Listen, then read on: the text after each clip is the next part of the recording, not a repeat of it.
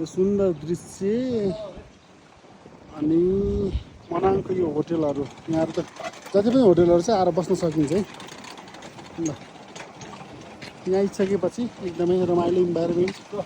खुल्ला र आनन्दित ल केही कुराको कमी छैन बस्न खान गाडी आउँछ डुल्न यो हिउँ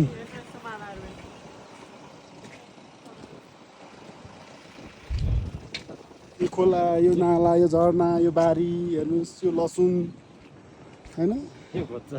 यो घोचा यो रोड यो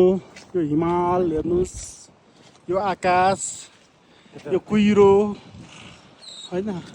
हामी आकाशको धेरै टाढा छ त्यो डाँडा भयो त्यो डाँडाबाट माथि आकाश धेरै टाढा छैन अब हामी लब आइसकेका छौँ अब हामी आकाशसँग